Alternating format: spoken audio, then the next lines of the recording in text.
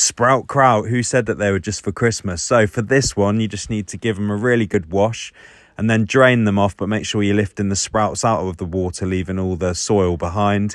Shred them up with a knife, or you can use a food processor, it's up to you. And then you want to weigh them and add 3% of salt to shredded Brussels sprouts. Give them a really good mix and a squeeze.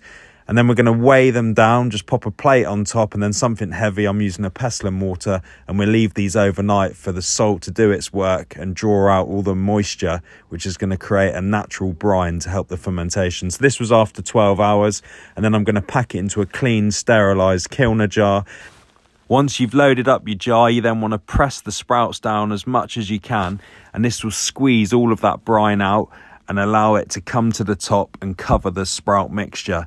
This is important because it keeps it nice and airtight, but it locks all the good bacteria in and keeps all the bad bacteria out. If you don't have enough brine coming out, just quickly make a 3% brine like this, water, salt, and then just saturate the top.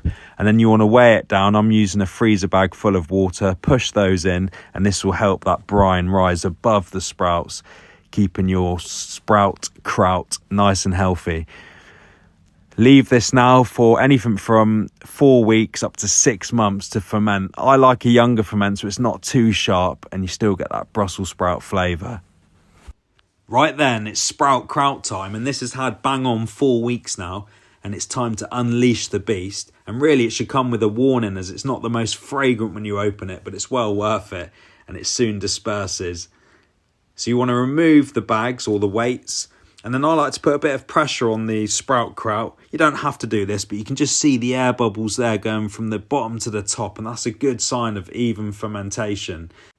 I was really happy with this one. You still get the flavour of the Brussels sprout, that kind of bitter sweet, but then there's that level of acidity from the ferment. It's highly seasoned, and that rawness has just been taken down a peg, so it's got that perfect al dente bite to it. Delicious.